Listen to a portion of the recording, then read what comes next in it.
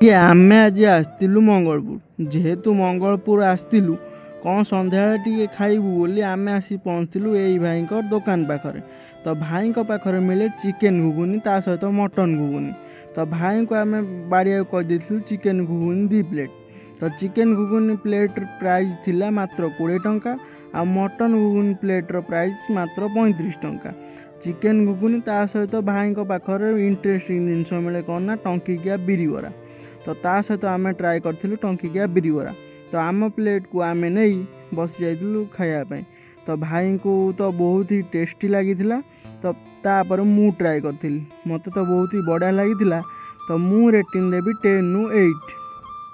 आम पाखरे जेहेतु समय अभाव थिला आमे भी बहुत आइटम ट्राए कर पार नथिलु। तो भाई पाखरे चिकेन चॉप मटन चॉप अंडा चॉप आ अंडा सिझा मिले। तो आपण मैंने निश्चित आसी ट्राए करूँ। हमारे के लोकेशनटा है मंगलपुर नियर कस्मो बाजार फ्रंट रे।